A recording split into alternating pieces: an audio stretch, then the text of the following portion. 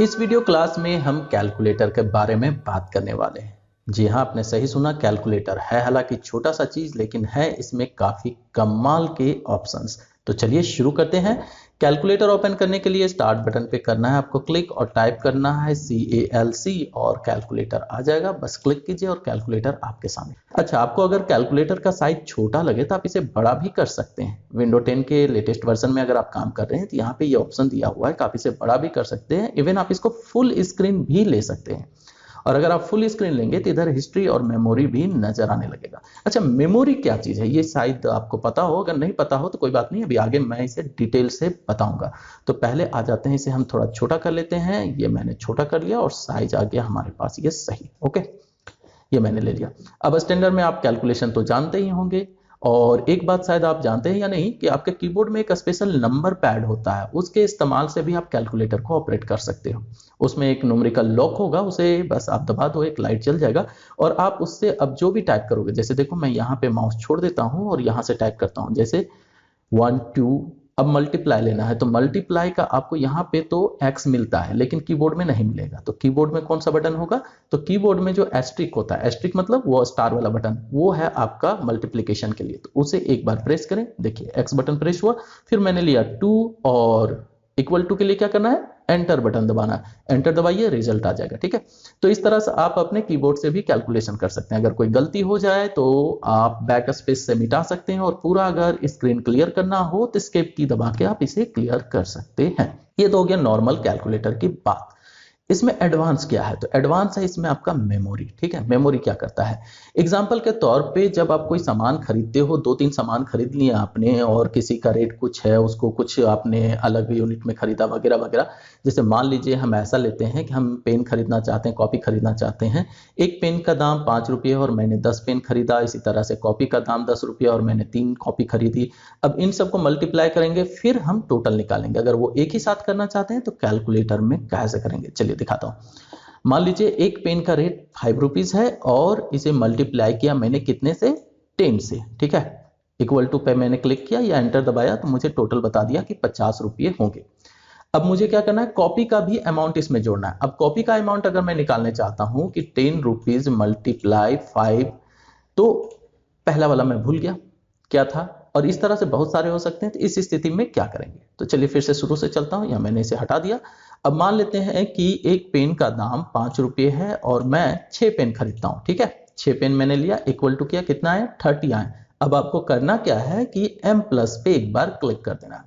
M plus मतलब memory add. ठीक है, तो ये मेमोरी में इसे ऐड कर लेगा, 30 को मेमोरी में इसने रख लिया। अब हम दूसरा कैलकुलेशन करेंगे। दूसरा कैलकुलेशन क्या था? कॉपी का। अब मान लेते हैं कॉपी का रेट जो है वो 12 रुपये है, गुने मैंने 2 पीस लिया, इक्वल टू मतलब 24 रुपये। अब ये 24 रुपये किस में ऐड होना है? वो पेन वाले अमाउंट में। तो मैं फिर से M प्लस पे क्लिक कर दूंगा। ठीक है, अब ये पुराने वाले में जाके स्टोर हो चुका है। अगर आपको देखना हो तो यहाँ पे मेमोरी पे क्लिक कीजिए, ये बताएगा कभी तक कितना हो चुका है। इसमें और कुछ ऐड करना हो तो प्लस पे क्लिक कीजिए और ऐड कर लीजिए, और क्लियर करना हो तो MC दबा सकते हैं या माइनस भी कर सकते हैं। तो फिलहाल हम इसका इस्तेमाल नहीं करेंगे। यहाँ पे मैंने क्लिक किया और बाहर हो गए। अब मुझे ये जानना है कि टोटल अमाउंट कितना हुआ। तो इसके लिए हम MR पे क्लिक करेंगे, अर्थात मेमोरी रिकॉल। इस पे जैसे हम क्लिक करेंगे तो ये बताएगा कि टोटल कितना हुआ। अभी कितना हुआ था? 24 और पहले था 30, टोटल जोड़ा गया, कितना हो गया? 54। अब ये मेमोरी में रह चुका है। अब मान लीजिए दूसरा कुछ कैलकुलेशन करना है, या मान लीजिए दूसरा कस्टमर आ गया, उसके लिए कैलकुलेशन करना है, तब तो गड़बड़ हो जाएगा क्योंकि ये तो मेमोरी में रह चुका है। और दूसरा अगर हम कैलकुलेशन करते हैं, जैसे मान लीजिए 2 रुपये का इरेजर है और उसने 3 पीस खरीदा, तो कितना हो गया? 6। और मान लीजिए हमने M प्लस दबा दिया, अब क्या होगा? अब मुझे गलत रिपोर्ट देगा क्योंकि पहला वाला कस्टमर तो लेकर सामान जा चुका है और दूसरे वाले का हम कैलकुलेशन कर रहे हैं, तो ये गलत हो जाएगा।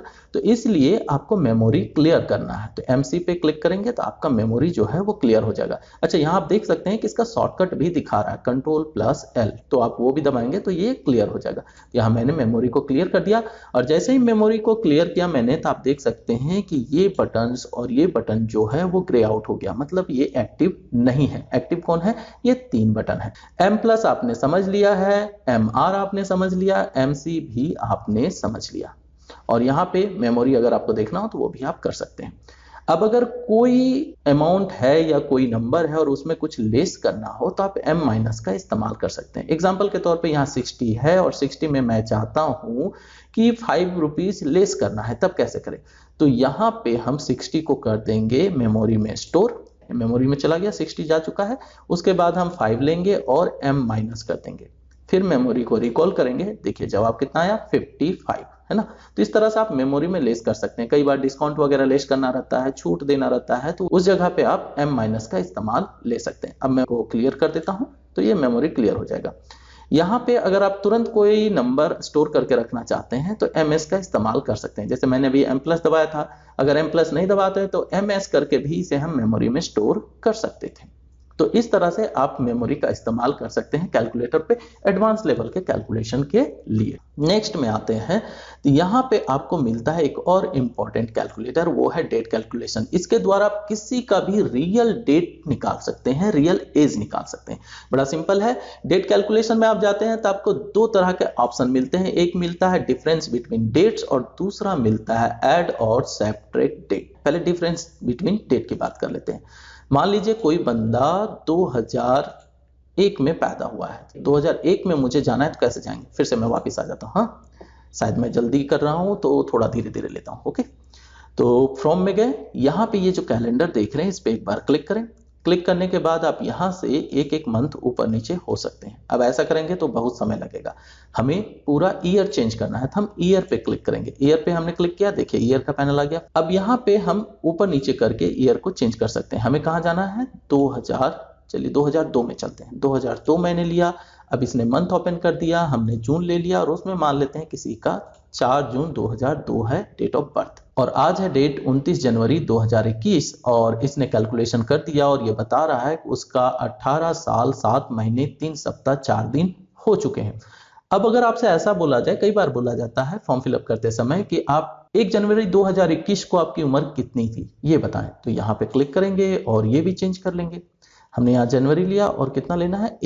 एक महीने ले लिया, तो 18 साल 6 महीने 4 सप्ताह होंगे। तो इस तरह से कोई भी आप कैलकुलेशन निकाल सकते हैं, किसी डेट से किसी डेट के बिटवीन में जो भी टाइम है वो आप यहाँ से पता कर सकते हैं।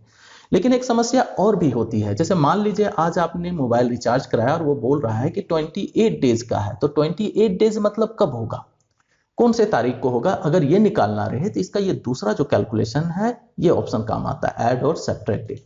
मतलब किसी डेट में ऐड करना या उसमें सब्ट्रैक्ट करना। जैसे कौन सा डेट, तो यहाँ पे मैं डेट ले लेता हूँ। ये 4 जून लिया हुआ है, 4 जून नहीं चाहिए मुझे, मैंने यहाँ क्लिक किया, फिर क्लिक किया और चलते हैं 2021 में और मैंने यहाँ ले लिया जनवरी और 29 तारीख। ठीक है, मैंने क्या कहा था? 28 दिन है, तो 28 दिन लेना है। तो यहाँ पे मैं ऐड करूंगा कि इसमें अगर 28 दिन जोड़ते हैं तो वो तारीख कौन सी होगी। तो यहाँ पे दिन में जाएंगे, क्लिक करेंगे, स्क्रॉल करेंगे और 28 चुन लेंगे यहाँ से। मैंने ये 28 पे क्लिक किया तो ये बता रहा है कि फ्राइडे होगा दिन और 26 फरवरी को ये कंप्लीट हो जाएगा। मतलब 28 दिन अगर हम जोड़ते हैं 29 जनवरी में तो 26 फरवरी को हम पहुंचेंगे। इसी तरह अगर घटाना हो तो मान लीजिए मुझे पीछे जाना है, इसमें से 30 दिन अगर मैं लेस करना चाहता हूं या 15 दिन लेस करना चाहता हूं तो क्या होगा? यहाँ पे सब्ट्रैक्ट में जाएंगे और यहाँ पे क्लिक करके वो डेट ले लेंगे। कितना? 15 दिन। मैंने क्लिक किया तो थर्सडे 14 जनवरी 2021 रहा होगा, 15 दिन पहले। ये काफी अच्छा ऑप्शन दिया हुआ है कैलकुलेटर में, जिसके द्वारा एकदम आप सटीक कैलकुलेशन कर सकते हैं। नेक्स्ट ऑप्शन जो है वो और भी मजेदार है। जैसे कई बार होता है कि लोग करेंसी का वैल्यू जानना चाहते हैं कि अभी क्या वैल्यू मिल रहा है, मतलब 1 यूरो बराबर कितना रुपीज होता है या 1 डॉलर बराबर कितना रुपीज अभी चल रहा है। ये अगर पता करना हो तो करेंसी पे क्लिक करें, लेकिन आपको ध्यान रखना है कि आप ऑनलाइन हो, कनेक्टेड हो, तभी ये काम करेगा। अब यहाँ एक ऑप्शन आता है अपडेट रेट, तो मैं अपडेट रेट पे क्लिक कर दूंगा जिससे ये अभी लेटेस्ट रेट जो है उसे अपडेट कर ले। अब देखिए यहाँ लिख रहा है अपडेट हो चुका है 29 को, तो मुझे यहाँ डॉलर लेना होगा और डॉलर किसका है? तो यूनाइटेड स्टेट का। तो यहाँ पे स्क्रॉल करते हुए एकदम हम आ जाएंगे वहां पे जहाँ यूनाइटेड स्टेट हो। ये आ गए हम यूनाइटेड स्टेट पे, तो यहाँ पे यूनाइटेड स्टेट है, इस पे मैंने क्लिक किया और यहाँ डॉलर आ गया। मैं रुपीज चाहता हूँ तो यहाँ क्लिक करूंगा और वापस सर्च लूंगा इंडिया, जैसे मैंने वहाँ यूनाइटेड स्टेट लिया था। तो यहाँ स्क्रॉल करते हुए आई पे पहुंचते हैं, ये रह गया इंडिया। इंडिया में रुपी चलता है। यहाँ से आप ये भी पता कर सकते हैं कि किस कंट्री में कौन सा करेंसी चलता है। अब यहाँ मैं क्लिक करूंगा और 1 लिखता हूं तो 72.94 पैसे मिलेंगे अब भी करंट में आपको 1 डॉलर के बदले। अब कैलकुलेटर में यहाँ पे आपको मिलता है ओपन नेविगेशन का ऑप्शन। इस पे क्लिक करके आप तरह तरह के कैलकुलेटर ले सकते हैं, जैसे स्टैंडर्ड कैलकुलेटर हो गया, आपका साइंटिफिक कैलकुलेटर हो गया, साथ में आप आगे बढ़ें तो ग्राफिक्स आ जाएंगे, इसी तरह से प्रोग्रामर के लिए हो गया और डेट कैलकुलेशन के लिए हो गया। नीचे अगर जाएं तो कन्वर्टर मिलता है, जिसमें तरह तरह के आपको कन्वर्टर दिए हुए हैं, लगभग सभी दिए हुए हैं, करेंसी, वॉल्यूम, लेंथ, मास, टेम्परेचर, एनर्जी, एरिया, स्पीड वगैरह वगैरह। जैसे एक छोटी सी बात है कि हम लोग केक अक्सर जो खरीदते हैं वो पाउंड में होता है, लेकिन एक पाउंड का कितना होता है कन्वर्शन अगर केजी या ग्राम में देखें तो शायद बहुत सारे लोगों को पता नहीं होगा। तो अगर पता लगाना है तो सिंपल वेट एंड मास पे करना है आपको क्लिक, और आपके सामने ये कैलकुलेटर खुल के आ जाएगा। यहाँ पे क्लिक करके आप पहला यूनिट ले लें, फिर यहाँ क्लिक करके वो दूसरा यूनिट ले लें जिसमें आप कन्वर्ट करना चाहते हैं। जैसे यहाँ पाउंड पे मैंने 1 टाइप किया और आप देख सकते हैं कि तुरंत मुझे जवाब बता दिया कि एक पाउंड में 0.453592 ग्राम होता है, और साथ ही यहाँ कुछ फैक्ट भी आपको दिखाने लगता है। इसी तरह से एक और चीज जो है वो ज्यादातर लोगों के दिमाग में नहीं रहता है, टेम्परेचर। लोग बोलते हैं कि बुखार जो है वो 100 डिग्री पे होता है, लेकिन 100 डिग्री पे होता है जी नहीं। देखा जाए यहाँ पे तो यहाँ पे फ़ारेनहाइट मैंने लिया हुआ है और यहाँ पे मैंने लिया है सेल्सियस, जिसे हम लोग डिग्री भी कहते हैं। तो बुखार अगर हम लेते हैं यहाँ पे 100, तो इसका मतलब कितना होता है 212 फ़ारेनहाइट जी नहीं, यहाँ पे गलत है। फ़ारेनहाइट में एक्चुअली में 100 होता है और डिग्री में 37। मतलब किसी को अगर बुखार है तो उसे 37.7 डिग्री सेल्सियस बुखार है। फ़ारेनहाइट में हम लोग मापते हैं और बोलते डिग्री हैं। तो ये गलतियां होती हैं क्योंकि जानकारी नहीं है। तो अब आप समझ गए होंगे, तो गलत तो नहीं करेंगे। तो इस तरह से आप कैलकुलेटर का इस्तेमाल कर सकते हैं। टेम्परेचर, एरिया वगैरह बहुत कुछ दिया हुआ है, उनका भी आप कन्वर्शन ले सकते हैं और यहाँ पे स्टैंडर्ड, साइंटिफिक, ग्राफिक, प्रोग्रामर वगैरह का इस्तेमाल करते हैं। इस वीडियो क्लास में यहीं तक। आगे आने वाले वीडियो क्लास के नोटिफिकेशन के लिए चैनल को सब्सक्राइब करना ना भूलें, दोस्तों के साथ शेयर करें और वीडियो को लाइक करें। Bye, thank you.